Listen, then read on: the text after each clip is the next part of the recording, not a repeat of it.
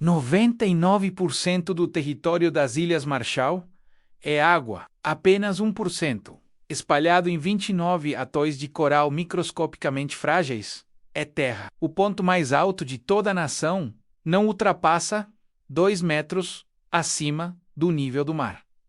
Aqui vivem 40 mil pessoas. E aqui, todas as propriedades pertencem às mulheres, desde tempos imemoriais. O direito à terra passa de mãe para filha, nunca de pai para filho. Quando um homem se casa, ele abandona sua família e se torna membro do clã da esposa. Se o casamento termina, ele sai com nada menos, absolutamente nada. A casa, os filhos, a terra menos, tudo fica com ela. Esse sistema, único no mundo moderno, foi criado para que a terra nunca fosse dividida, nunca fosse perdida, nunca fosse vendida a estrangeiros. Mas hoje, enquanto as mulheres mantêm suas terras como fizeram por 1000 anos, a terra mesma está desaparecendo. A cada quintaide, aquelas marés extraordinariamente altas que ocorrem 2 vezes por ano, o oceano invade ruas,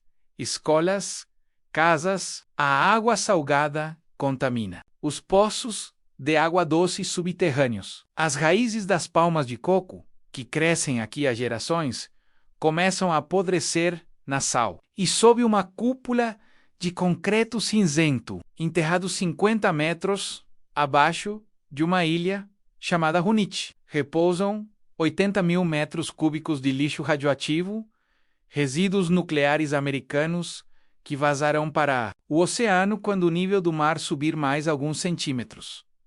As Ilhas Marshall não criaram as armas nucleares, não emitiram os gases que aquecem o planeta e, no entanto, serão as primeiras a desaparecer. Bem-vindo ao lugar onde a história não terminou, ela apenas mudou de forma. As Ilhas Marshall ocupam uma área de oceano maior que o México inteiro, 2 milhões de quilômetros quadrados de Pacífico. Mas a terra firme, apenas alguns milhares de quilômetros quadrados, espalhados ao acaso, como contas de um colar que alguém deixou cair na água. Nenhuma ilha fica perto de outra. O espaço entre elas é preenchido por centenas de quilômetros de mar aberto. Para chegar aqui, você voa de Honolulu para Guam, depois de Guam para Kwajalein, em um voo que dura horas. Depois outro avião, depois outro ainda. A cada parada o mundo civilizado desaparece mais. Até que você pousa em Majuro, a capital, onde uma única estrada de 40 quilômetros corre ao longo de uma faixa de terra tão estreita, menos em alguns pontos, apenas 150 metros, que você consegue ouvir o rugido do Oceano Pacífico de um lado e ver a superfície espelhada da lagoa do outro, ao mesmo tempo, do mesmo lugar. Os antigos navegadores marshaleses chamavam a cadeia oriental de atóis de Hataki, menos o lugar onde o sol nasce, e a ocidental de Haliki, menos o lugar onde o sol se põe. Nomes simples que refletem como seus ancestrais liam o mar, observavam o céu, entendiam o mundo. Essa geografia de isolamento extremo não foi apenas um acidente da geologia. Foi a forja de uma civilização única. Os vulcões antigos que criaram essas ilhas lentamente afundaram no Pacífico. Enquanto desapareciam, o coral continuou crescendo ao redor deles, formando anéis vivos de rocha ao redor de lagoas centrais. Durante milhões de anos, as ondas esmagavam o coral em areia. Os ventos empurravam essa areia para a terra. Pequenas ilhas emergiram. Nenhuma delas tem montanhas, rios ou lagos naturais. A vida aqui não depende de água que cai das altitudes. Depende de chuva que cai do céu e de um fenômeno geológico estranho escondido no subsolo. Lentes de água doce que flutuam sobre água salgada mais densa. Quando a chuva penetra na areia de coral, ela se acumula em camadas entre superfícies permeáveis e impermeáveis, criando uma bolsa de água potável que pode ser alcançada cavando apenas 1 ou 2 metros.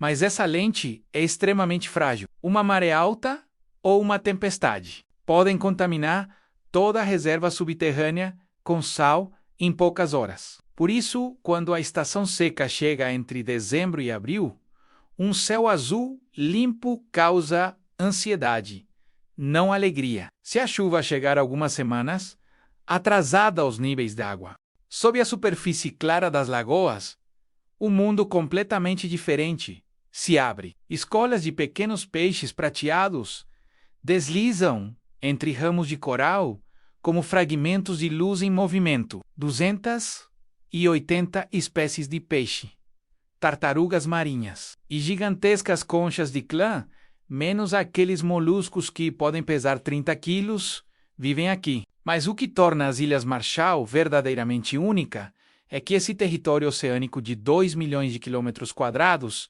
inclui um santuário de tubarões, um dos maiores do mundo. Os tubarões não foram postos em jaulas ou cercados. Toda uma nação inteira dedicou sua zona econômica exclusiva à proteção deles. Por quê?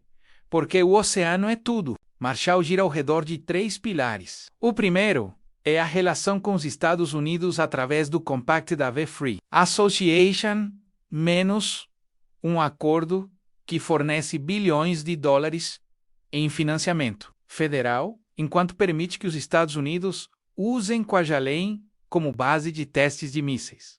O segundo é o mar. Navios de pesca industrial de Japão, Coreia do Sul, Taiwan e Estados Unidos pagam taxas para pescar atum em águas profundas. Milhares de toneladas de peixe congelado são descarregadas em Majuro e enviadas para mercados distantes.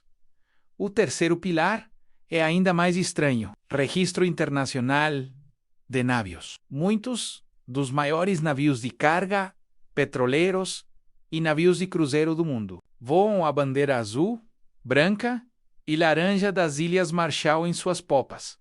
Eles podem nunca ter atracado em Majuro, mas cada navio registrado sob essa bandeira traz taxas para essa pequena nação insular, fazendo das Ilhas Marshall um dos maiores registros de navegação do mundo, uma atividade que gera mais renda do que qualquer indústria. Nas ilhas exteriores, a economia é ainda mais antiga. Coco. Os homens dividem os cocos, removem a polpa e colocam cada metade de marfim em prateleiras de secagem sob o sol. Depois de vários dias, a polpa seca em copra, carne de coco seca, que é embalada em sacos, esperando que navios cheguem, a comprem e a levem para fábricas de prensagem de óleo. Para comunidades longe da capital, isso não é apenas um produto de exportação, é a rara fonte de dinheiro em dinheiro vivo, usado para comprar arroz, combustível, remédios e bens do dia a dia. Mas existe um grande problema. As Ilhas Marshall importam quase tudo. Cada navio que entra no porto traz arroz, carne, enlatada, água potável, gasolina, materiais de construção e praticamente tudo o que é necessário para a vida moderna. Isso significa que a economia dessa nação insular sempre existe em um equilíbrio muito frágil. Ela ganha dinheiro do mar, das relações internacionais e de serviços especializados, enquanto ainda depende das rotas de navegação externas para sustentar a vida cotidiana. Se o navio atrasar 2 semanas, as ilhas exteriores caem em autossuficiência forçada. Em 1946, o governo dos Estados Unidos chamou os habitantes da Ilha Bikini para uma conversa casual sob as palmas de coco. Eles precisavam de ajuda, disse, um pequeno programa de teste militar. Questão de meses, talvez um ano. Os 200 Islanders de Bikini confiaram. Eles subiram em um navio carregando apenas algumas mudas de roupa e nunca mais viram sua casa como era antes. Entre 1946 e 1958, os Estados Unidos detonaram 67 armas nucleares nos atóis de Bikini e Enewetak. Uma força explosiva combinada equivalente a aproximadamente 1.600 bombas de Hiroshima espalhadas ao longo de 12 anos. O pico veio em 1º de março de 1954, quando os Estados Unidos detonaram a bomba termonuclear. Caso Bravo, o rendimento real atingiu 15 megatons, menos 1.000 vezes mais poderoso que a bomba atômica lançada em Hiroshima. Em segundos, uma coluna massiva de fogo rasgou o céu.